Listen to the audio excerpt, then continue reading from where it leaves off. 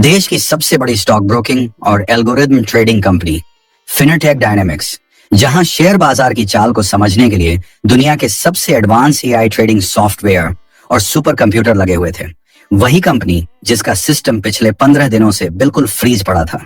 न कोई ट्रेड हो रहा था, न कोई डेटा अपडेट हो रहा था। हर दिन करोड़ों रुपयों का नुकसान हो रहा था और निवेशकों का पैसा फंसा हुआ था।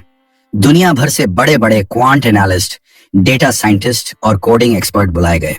लाखों रुपए की कंसल्टिंग फीस दी गई, सर्वर बदले गए, कोड की एक एक लाइन चेक हुई, लेकिन वह ट्रेडिंग सॉफ्टवेयर टस से मस नहीं हुआ।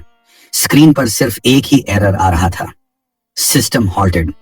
तभी अचानक कंपनी के आलीशान कांच के गेट पर खड़ा रद्दी पेपर उठाने वाला एक लड़का धीमी लेकिन सधी हुई आवाज में बोला, सर, अगर इजाजत हो तो मैं इस सिस्टम को फिर से चालू कर सकता हूं।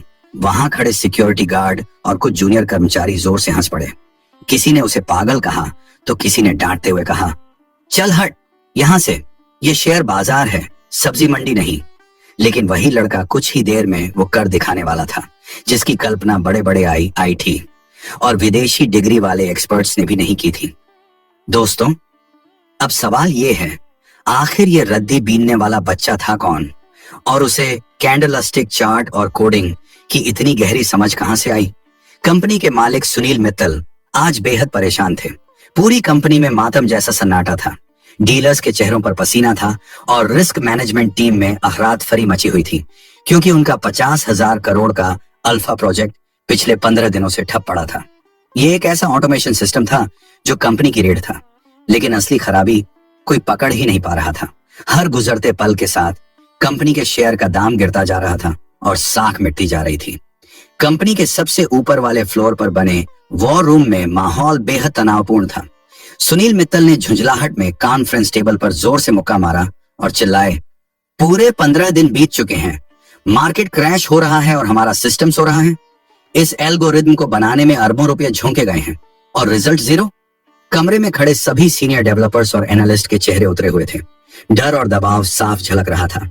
तभी हेड ऑफ टेक्नोलॉजी ने हिम्मत जुटाकर जवाब दिया, सर, हमने सिस्टम का हर लूप और लॉजिक चेक कर लिया है। हार्डवेयर, नेटवर्क, डेटा फीड, तकनीकी रूप से सब कुछ बिल्कुल सही लग रहा है। ऐसा लग रहा है जैसे सिस्टम ने खुद ही काम करने से मना कर दिया हो। दूसरा बोला, सर, अमेरिका से भी एक्सपर्ट्स ऑनलाइन जुड़े हुए हैं, लेकिन किसी को समझ नहीं आ रहा कि समस्या कहां है। सुनील मित्तल की आवाज और सख्त हो गई, आज मार्केट बंद होने से पहले सिस्टम चालू चाहिए। शाम तक मुझे ग्रीन सिग्नल चाहिए, वरना सबकी नौकरी खतरे में है।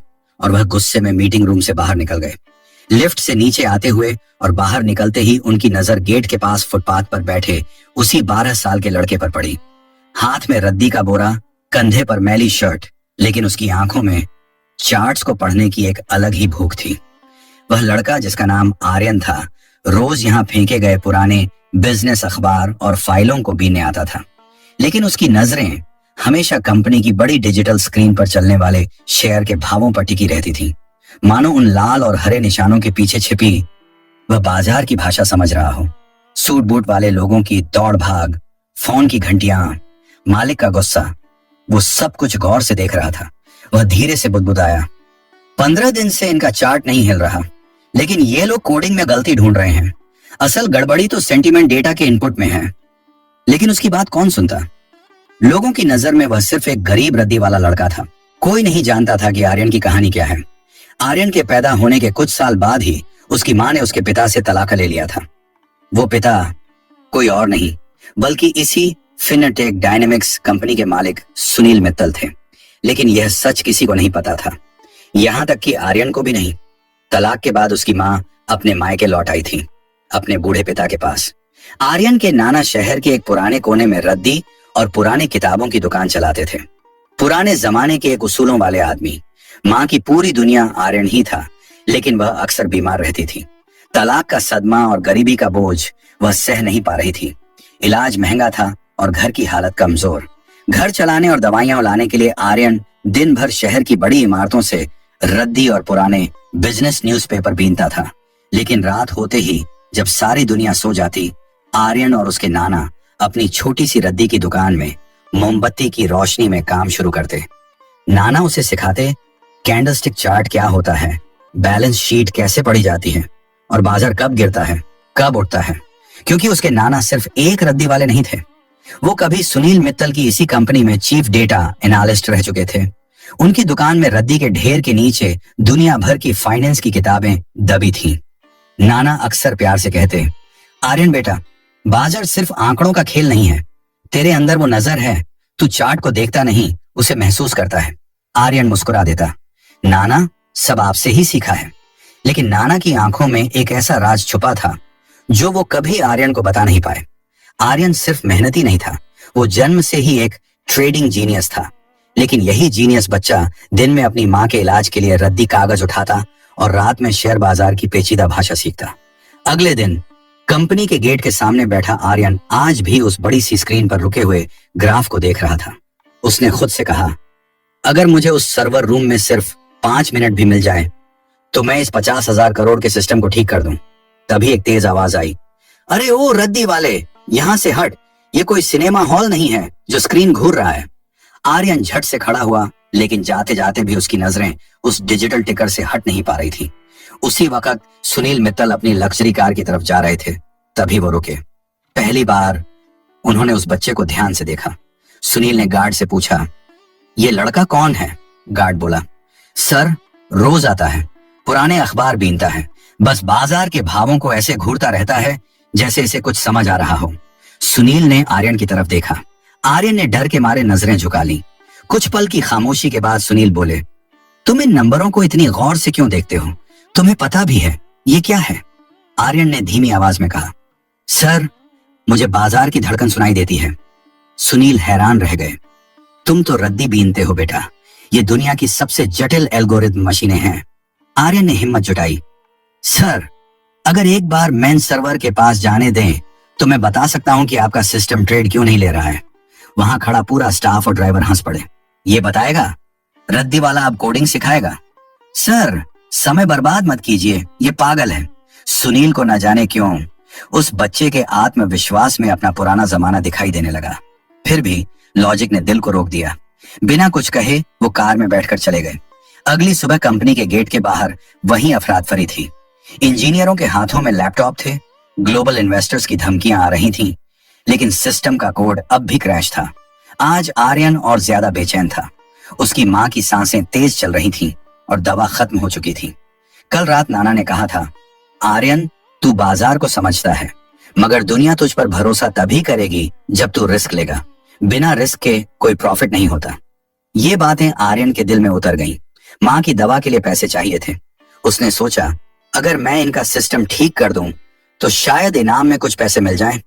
ये सोचकर वो फिर गेट पर पहुंचा। धीरे से गार्ड से बोला, भैया बस 5 मिनट, मुझे पता है एरर कहाँ है। गार्ड गुस्से में चिल्लाया, अबे फिर आ गया, तुझे कल भगाया था ना। वो गेट के पास लगे बड़े जनरेटर और सर्वर कूलिंग यूनिट के पीछे छिप गया। वहां से कांच की दीवार के पार मुख्य सर्वर रूम दिख रहा था। वो बुदबुदाया, ये लोग बार बार कोड को रिफ्रेश कर रहे हैं, लेकिन असली खराबी कोड में नहीं, डेटा फीड की तार में है। तभी एक जूनियर इंजीनियर बाहर सिगरेट पीने आया और उसे देख लिया। ओए, यहाँ क्या कर रहा है? सर मैं बस थोड़ा सा देखना चाहता हूँ, आर्यन ने डरते हुए कहा। देखने से क्या होगा? इतनी बड़ी कंपनियों के सर्वर बच्चों के वीडियो गेम नहीं होते। चल भाग यहाँ से। इंजीनियर ने उसे डांट कर भगा दिया। आर्यन चुपचाप वहां से हट गया, लेकिन उसकी आंखें अब भी उसी कांच के दरवाजे पर टिकी रहीं, जहां से अरबों का कारोबार कंट्रोल होता था। अचानक अंदर से तेज सायरन की आवाज आई। Buzzer buzzer, data link failure, margin call alert. Company में अफरा तफरी मच गई। कर्मचारी घबराकर इधर उधर भागने लगे। अमेरिका का बाजार खुलने वाला था और इनका सिस्टम पूरी तरह अंधा हो चुका था। आर्यन डरते डरते फिर गेट के पास आया। उसने झांकने की कोशिश की ही थी कि गार्ड फिर चिल्लाया, कितनी बार कहा है, दूर रह। इस बार गार्ड ने जोर से धक्का दिया। आर्यन सड़क पर गिर पड़ा। उसके हाथ से रद्दी का बोरा छूट गया और पुराना इकोनॉमिक टाइम्स हवा में उड़ गया। कुछ लोग जो बाहर खड़े तमाशा देख रहे थे ठहाके मारने लगे। ये बच्चा ऑल्गो ट्रेडिंग के बारे में क्या जानेगा? इसे तो मोबाइल का कैलकुलेटर चलाना भी नहीं आता होगा। आर्यन ने कुछ नहीं कहा। उसने धूल झाड़ी और खड़ा हो गया। उसके दिमाग में सिर्फ एक ही बात घूम रही थी, काश मुझे बस 5 मिनट मिल जाते। मैं जानता हूं कि डेटा कहां रुका है। वह पूरा दिन कंपनी के बाहर चुपचाप बैठा रहा। भूखा प्यासा। शाम ढलने लगी, बाजार बंद होने का समय हो चुका था, लेकिन कंपनी का सिस्टम अब भी कोमा में था। तभी कंपनी के मालिक सुनील मित्तल बाहर निकले। चेहरे पर हार मानने का भाव था। उनकी नजर गेट के पास बैठे आर्यन पर पड़ी। सुनील ने गार्ड से पूछा, तुम इसे बार बार धक्का क्यों देते हो?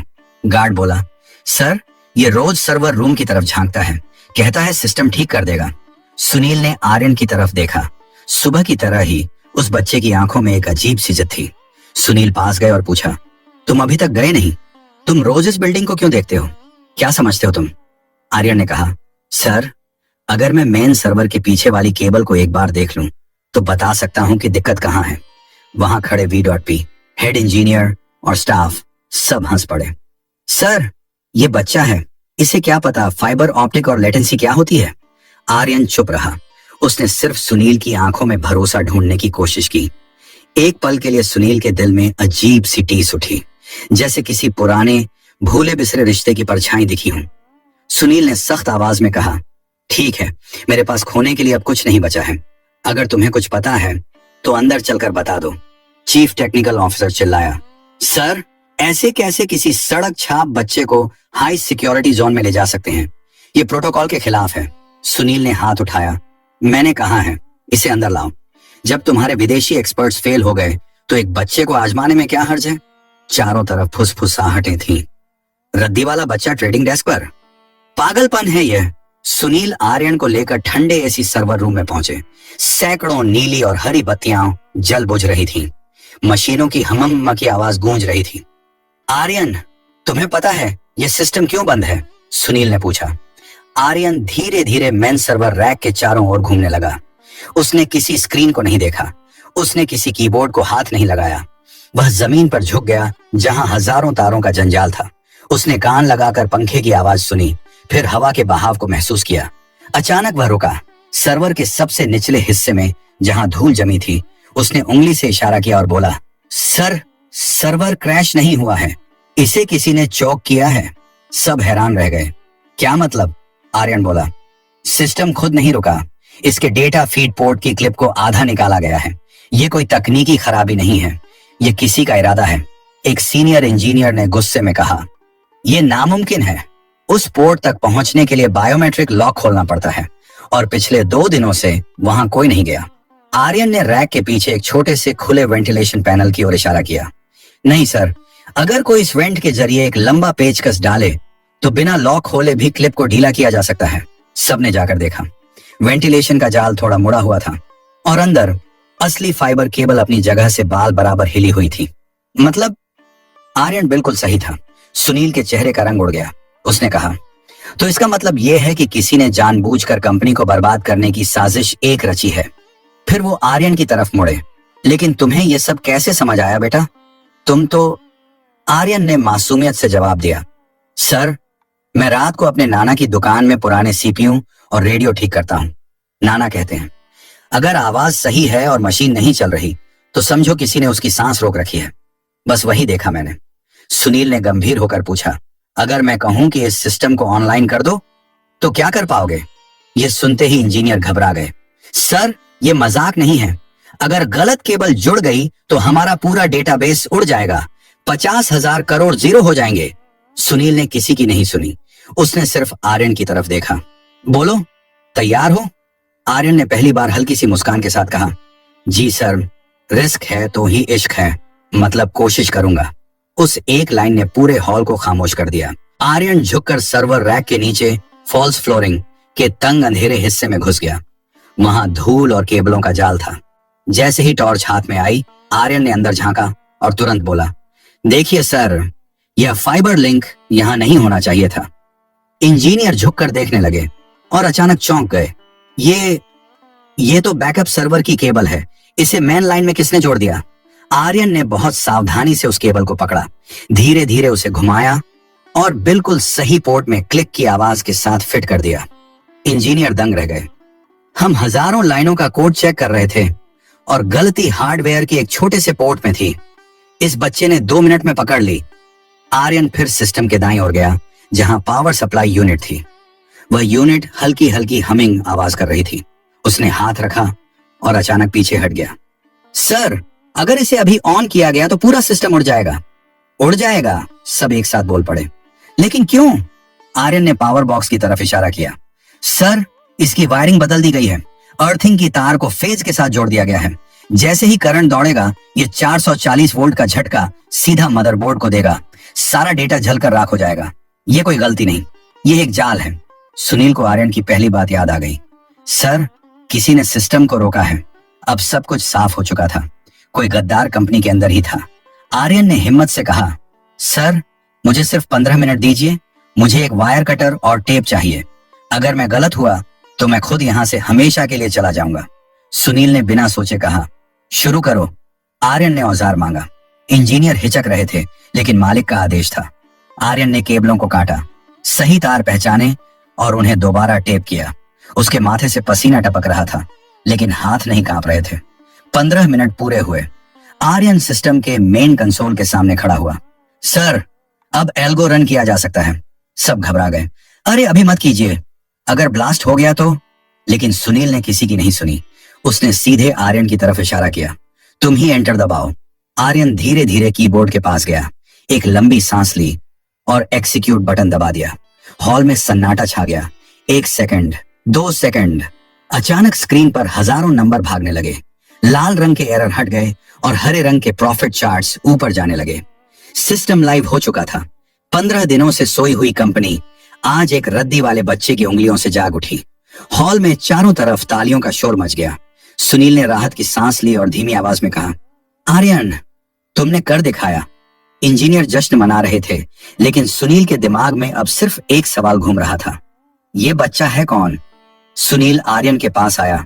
उसकी आवाज बहुत नरम थी। बेटा, तुम हो कौन? सच बताओ। सर, मैं कोई नहीं हूं। सुनील ने सिर हिलाया। नहीं, कोई साधारण रद्दी बीनने वाला बच्चा इतने जटिल सर्वर को यूं ठीक नहीं कर सकता। तुम्हारे अंदर वो डीएनए है जो बाजार को समझता है। फिर उसने पूछा, तुम इस कंपनी में बार बार क्यों आते थे? आर्यन ने धीरे से कहा, सर, मेरी माँ बहुत बीमार रहती हैं। उनकी दवाइयों के लिए मैं रद्दी बीनता हूँ। रात में नाना की पुरानी दुकान में चार्ट पढ़ना सीखता हूँ। वहीं से मुझे पता चला कि मशीनें कैसे बात करती हैं। इंजीनियर और स्टाफ एक दूसरे को देखने लगे। एक रद्दी वाला बच्चा और इतनी गहरी समझ? सुनील ने धीरे से पूछा, तुम्हारे पिता? मुझे नहीं पता सर, मैंने उन्हें कभी नहीं देखा। तुम्हारी माँ का नाम क्या है? आर्यन ने अपनी जेब से पसीना पोंछते हुए जवाब दिया, सर, आराध्या शौर्य। ये नाम सुनते ही सुनील के पैरों तले जमीन खिसक गई। कमरे का शोर जैसे उसके लिए बंद हो गया। आराध्या शौर्य, वही नाम जिससे वह 12 साल पहले अपने अहंकार और काम के पागलपन में तलाक ले चुका था। तुम नाना के साथ कहाँ रहते हो? सुनील ने कांपती आवाज में पूछा। आर्यन ने सिर झुकाकर कहा, माँ कहती हैं पापा ने हमें छोड़ दिया था। वो अपने करियर और पैसे के पीछे भागते भागते बहुत दूर निकल गए और फिर कभी लौट कर नहीं आए। सुनील वहीं जमीन पर उस ठंडे सर्वर रूम में घुटनों के बल बैठ गया। उसने खुद को संभालते हुए पूछा, क्या तुम्हारी माँ ने कभी तुम्हें तुम्हारे पापा की तस्वीर दिखाई? नहीं सर, आर्यन बोला। माँ कहती हैं कुछ तस्वीरें फाड़ दी गईं और कुछ पुरानी फाइलों में खो गईं। इतना सुनते ही सुनील की आंखों से आंसू टपक पड़े। अब उसे यकीन हो चुका था, ये बच्चा वही है, उसका अपना खून, उसका खोया हुआ इन्वेस्टमेंट जो आज ब्याज समेत वापस मिला था। कांपती आवाज में सुनील बोला, आर्यन, तुम मेरे। वो पूरा वाक्य बोल नहीं पाया, गला भर आया। उसने दोनों हाथों से आर्यन का चेहरा थाम लिया। बेटा, तुम बिल्कुल मेरे जैसे क्यों लगते हो? क्योंकि शायद तुम मेरे ही बेटे हो। पूरी कंपनी में जैसे सन्नाटा छा गया। कर्मचारी कानाफूसी करने लगे। क्या, मालिक का बेटा? आर्यन डर गया। नहीं सर, ऐसा मत कहिए। मेरी माँ, हम बहुत गरीब हैं। आप इतने बड़े आदमी हैं। सुनील ने तुरंत कहा, गरीबी किसी रिश्ते की वैल्यूएशन कम नहीं करती बेटा। और अगर तुम मेरे बेटे निकले तो आज तुमने सिर्फ कंपनी का सिस्टम नहीं, मेरी पूरी जिंदगी की बैलेंस शीट ठीक कर दी है। सुनील ने तुरंत अपनी कार निकाली। चलो आर्यन, मुझे तुम्हारी माँ से मिलना है। अगले घंटे शहर की तंग गलियों और पुरानी इमारतों के बीच सुनील की महंगी कार रुकी। वहां रद्दी और पुरानी किताबों का एक छोटा सा गोदाम था। बाहर एक टूटी हुई कुर्सी पर एक औरत बैठी थी, सर पर दुपट्टा, थका हुआ चेहरा, लेकिन आंखों में वही स्वाभिमान। आराध्या, वही औरत जिसे उसने 12 साल पहले एक छोटी सी गलतफहमी और अहंकार में तलाक दे दिया था। आराध्या ने उसे देखा, पहचान गई। लेकिन चेहरे पर खुशी नहीं, सिर्फ पुराने जख्म थे। तुम यहाँ क्यों आए हो? आराध्या ने ठंडी आवाज में पूछा। सुनील बोला, मुझे आर्यन के बारे में जानना है। आर्यन दौड़कर माँ के पास गया। माँ, इन्होंने मशीन ठीक करवाई और अब। आराध्या घबरा गई। उसे परेशान मत करो सुनील, वो दिन रात रद्दी बीनता है मेरे इलाज के लिए। उसे तुम्हारी दौलत नहीं चाहिए। सुनील की आवाज भर्रा गई। आराध्या, क्या आर्यन मेरा बेटा है? आराध्या की आंखें भर आईं।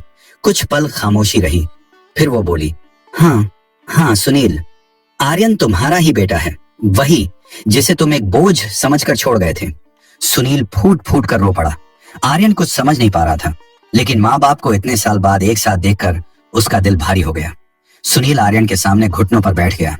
बेटा, मैंने अपनी जिंदगी में बहुत प्रॉफिट कमाया, लेकिन सबसे बड़ा लॉस यही था कि मैंने तुम्हें और तुम्हारी माँ को खो दिया। मुझे माफ कर दे। आर्यन रोते हुए बोला, तो आप ही मेरे पापा हैं? क्या आप अब हमें छोड़कर नहीं जाओगे?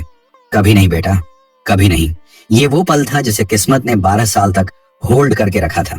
फिर सुनील ने एक और सच बताया। जिस इंजीनियर ने सर्वर की वायरिंग बदली थी और आर्यन को रोका था, पुलिस ने उसे पकड़ लिया है। एक दुश्मन ब्रोकरेज फर्म ने उसे पैसे दिए थे हमारा सिस्टम हैक करने के लिए, लेकिन उन्हें नहीं पता था कि मेरा असली सिक्योरिटी सिस्टम मेरा बेटा बनकर गेट पर खड़ा था। सुनील मुस्कुराया। बेटा, आज से तुम मुझे सर नहीं कहोगे, मैं तुम्हारा पिता हूं और तुम फिनेटेक डायनेमिक्स के असली वारिस हो। सुनील ने आराध्या का पूरा इलाज करवाया। आर्यन को शहर के सबसे अच्छे स्कूल में दाखिला मिला, जहां अब वो रद्दी नहीं बल्कि रोबोटिक्स और फाइनेंस पढ़ता है। उसके नाना को कंपनी में मानद सलाहकार का पद मिला। जिस जिंदगी ने आर्यन को रद्दी के ढेर में फेंका था, उसी जिंदगी ने उसे सबसे बड़ा इनाम दिया, माँ बाप का प्यार। आर्यन आज भी कभी कभी कंपनी के सर्वर रूम में जाता है और सुनील उसे देखकर सोचता है, काश मैंने उसे कभी खोया ही ना होता।